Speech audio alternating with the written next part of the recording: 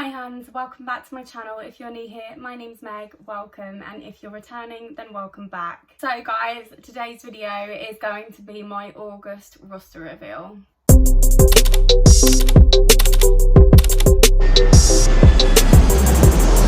This video has been long anticipated to film. I know I have already done a roster reveal with my new airline, however, obviously it was just half of a roster for my first month of flying. So yes, it was exciting, but this particular roster is definitely way more exciting. And I've actually had this roster since the beginning of July because we get our rosters quite early. So I've known where I'm going in August for almost a whole month now, and I've been so excited to tell you all, but I wanted to leave it as long as I could. If you're not ready for this roster, guys, like, I hope you're all as excited as I am. Stay tuned to find out where I'm flying to in August. Okay, so from now on, I am going to be starting all of my roster reveals by telling you what I bid for the month. I didn't bid for anything for July because I wasn't in the company when the bidding was open, but I was there when the bidding opened for August. It was about 2 or 3 weeks into my training, so I did get some bids in. So I'll tell you what I bid for. I placed 4 bids or 5 bids? 5 bids for August. And the first one was actually for 2 days off. It was for the first weekend of August off because I am going to a wedding. So I bid for that weekend off.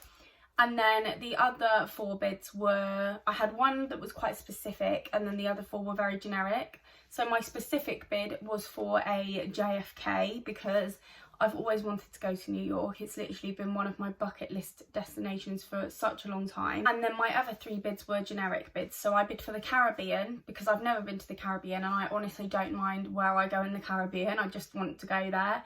I obviously, as the months and years go on and I visit more places, then my bids will get a little bit more specific. But to be honest, I'd be happy with any Caribbean destination. So I just bid for the Caribbean. I also bid for European night stops because, as I've said before, as much as I want to do long haul, I do also really enjoy the European night stops as well because I haven't seen much of Europe personally. And you can do things called Euro tours at my airline where you have like a 4 or 5 day block of night stops and you're in a different place every night, which I think is so cool. And then finally I bid for Western USA. The reason I bid for Western is because the trips are longer, because the flights are longer. I mean, I would love to go everywhere in the US, but there were a lot of places in the West that I would love to visit, so I just did a very generic Western US bid. Okay, so if you watch my July roster reveal, you will know that my last 2 days of the month in July are a block of 2. So I've got an available day and a Venice there and back. My available day, which is currently on the day that I'm filming this, 2 days from now, still hasn't changed to anything. And if it hasn't changed by tomorrow night, I'm pretty sure I can safely assume I'm not going to be flying. So yeah, at the moment it's still an available day. It hasn't changed to anything, but obviously it can only change to a there and back anyway, so it's not that exciting if it does change. I thought the block would carry on into the beginning of August, but it didn't. They've then given me a day off after that block of 2 because after that day off, I then have a 4-day trip to Philadelphia in the USA. And obviously when I first got this roster, that was my first long haul trip because I didn't have my Houston at that point. I have now obviously done my Houston, which was amazing. If you haven't watched my Houston vlog, I will link it up here somewhere. But yeah, it's a 4-day trip to Philadelphia, and apparently Philadelphia is a really interesting place to visit, so I'm very excited. I'm not going to tell you exact like report times and clear times just for safety and security reasons, but I'll give you a general gist. So I report on day 1 late morning. The flight is, I believe, just under 8 hours long and they are 4 hours behind us, so we get there kind of late afternoon, which is lovely because I've got the whole evening there. And because it's not too big of a time difference, I know 4 hours is still a time difference, but I mean, it won't feel like the middle of the night for me, it'll just feel a little bit later. So hopefully I will be awake enough to go out and have a nice dinner somewhere, have a look around. And then on day 2, that is my clear day. So a clear day is basically a day that you're there the whole day. You don't do any travelling, so you wake up in that destination and you go to sleep in that destination. So I have a whole day in Philly. I have no idea what I'm going to do. So if any of you have been to Philadelphia or live there or have any suggestions for things I could do, then do leave them in the comments down below. By the time you watch this, it will only be 2 days until I actually go, so get your suggestions in quickly. And then on day 3 I don't actually report until like early evening, more or less, so I've got the whole day there on day 3 as well, which is really nice because it means that I have time to kind of do something else if there's anything else I want to do, and hopefully I will have time to have a nap before pickup as well. And then obviously it's an overnight flight, and because of the time difference we clear in Heathrow early morning basically. So that is not my first long haul trip, but my first 4-day trip, because Houston was only 3. I then have 2 days off, which is the weekend that I bid for the wedding, which is amazing. So yeah, I'm very happy that I actually managed to get the days off that I bid for, because obviously I've been invited to this wedding since last year, and ordinarily I would have just booked it off if I was still at EasyJet, but because I moved airlines I wasn't sure whether I would get a chance to actually book it off, which I didn't. But thankfully I can bid for certain days off, so that's what I did, and I'm very glad that I got it. And that is, I guess, why they gave me that day off after that block of 2, because they couldn't then give me a long haul trip if they hadn't given me that day off. And then after that weekend off, I then have a 3-day trip to New York. And just bear in mind, my roster comes out at about 10 o'clock at night, and I was so excited to see it that I just kept refreshing it, because obviously everyone tries to view it at the same time and the system just crashes. And I couldn't get on it for about half an hour, but I just kept trying because I was so desperate to see what I had for August. And yeah, I got a JFK. Like, I can't believe I'm going to New York. It's a place that I've wanted to go to forever, really, and I can't believe I'm finally going. One thing that I do really want to do while I'm there, 2 things actually. I obviously would want to go to Times Square, but I might do that the first night that I'm there because I want to go at night. And also I really want to go to the 9/11 memorial. That's just something I've always wanted to do. I'm not 100% sure on the flight time to New York. I think it's one of the quicker US ones because obviously it's right in the east. So I think it's around like 6 hours, but I could be wrong.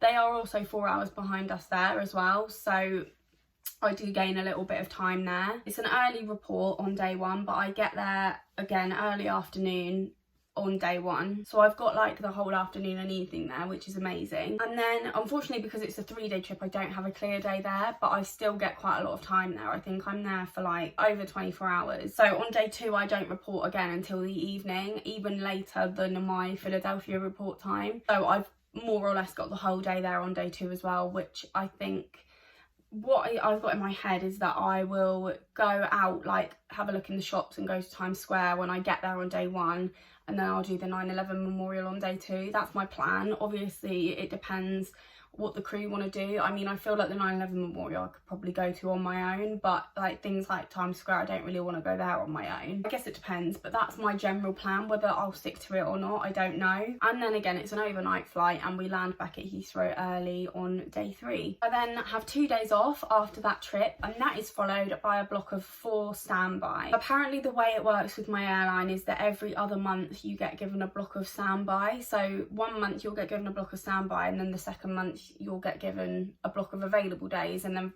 so on and so on, you know. And the way it's done is the first day is always an airport standby, and then the other 3 or 4 days, dependent on your block time, are always home standbys. And I think if they're going to call you for a long haul trip, let's say, I think they try and call you on the first day, because obviously because it's a block of 4, there is room for me to be called for a long trip. If it was just 1 standby, then I would know that it could only be a there and back. But yeah, it's a block of 4, and obviously there is room for it to be a long haul trip. So I'm kind of hoping, even though I would have already done 2 long haul, I'm hoping that I'll get called to do another long haul, and I'm hoping that it will be somewhere that I've not been, i.e. somewhere not in the USA. Not that I'm complaining about going to America, because I love America, but I really want to go to the Caribbean. That's my block of standby. I then have 2 days off, and that is followed by a block of 4 short haul. I've got an Aberdeen there and back, nice and easy, pretty quick flight. I've done 1,000 Aberdeen and backs at EasyJet, so that'll be a piece of cake. That's day 1. On day 2 I have a Madrid there and back, but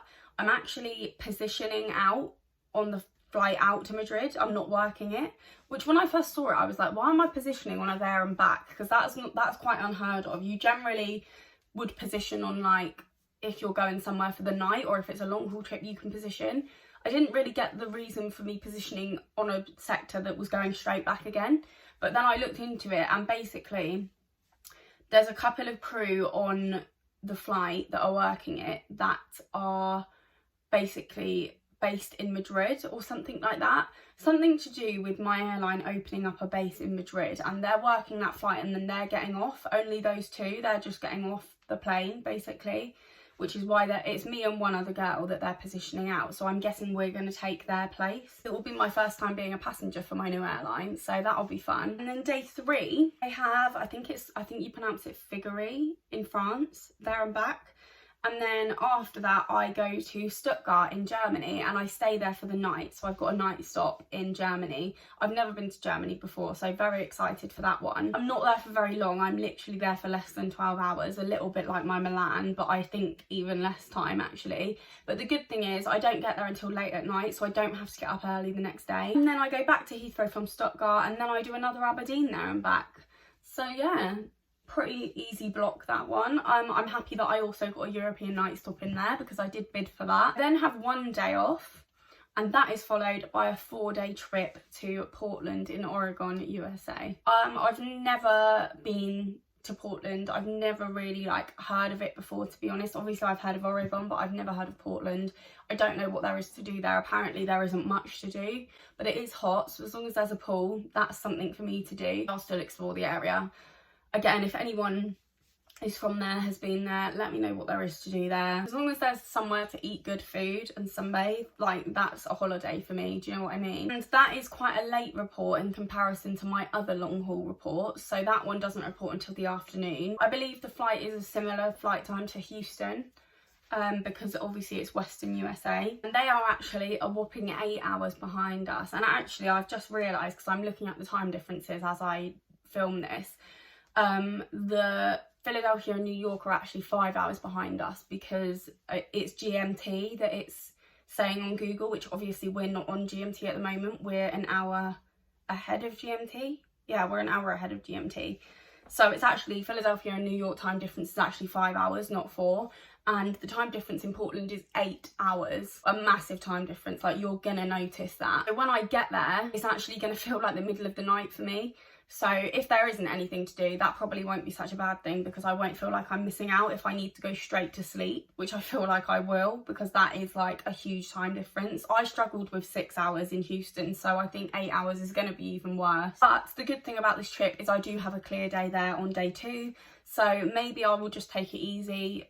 When I get there, maybe I'll just order something to eat in my room, have a nice bath if they've got one, and go to bed and have an early night. On day 2, I do have the whole day and the whole night to do anything that I want to do. And actually day 3, I don't report until early evening, so I could also do a lot on that day as well if I fancy it. But again, it depends what there is to do. I haven't looked it up yet because I'm trying not to get ahead of myself, and I'm just looking things up just before I go. But as I say, if you've got any suggestions, please do leave them in the comments below. Again, it's a night flight, which I feel like I'm going to be an expert on by the end of August, and you should all be proud of me because you all know how much I don't deal well with night flights. However, I do think that when it's long haul, it's different because you're running off of a different time, because you're running off the time of where you've just been, and also you get to sleep. So it's not like you're just constantly doing things. Didn't really feel like it. When I did my Houston, it didn't feel as much like a night flight as I thought it would. Because of the time difference on that one, I actually don't clear until the afternoon back in London. So that's my latest clear time that I'm gonna have had with a long haul trip. That is my 4-day trip to Portland.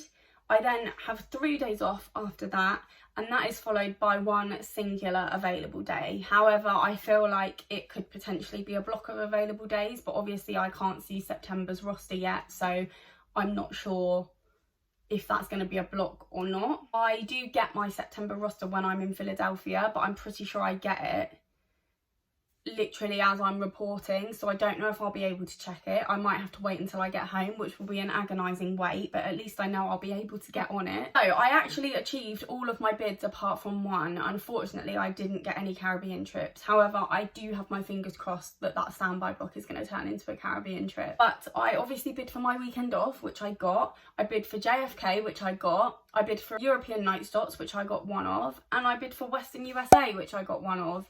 So yeah, overall pretty good achievement with bids. It does give me a lot of hope for my bids that I've put in for September, which I'm not going to tell you now. I will tell you when I do my September roster reveal. Just going to do a quick summary. So I am starting off the month with a 4-day trip to Philadelphia, followed by 2 days off. I then have a 3-day trip to New York, followed by 2 days off.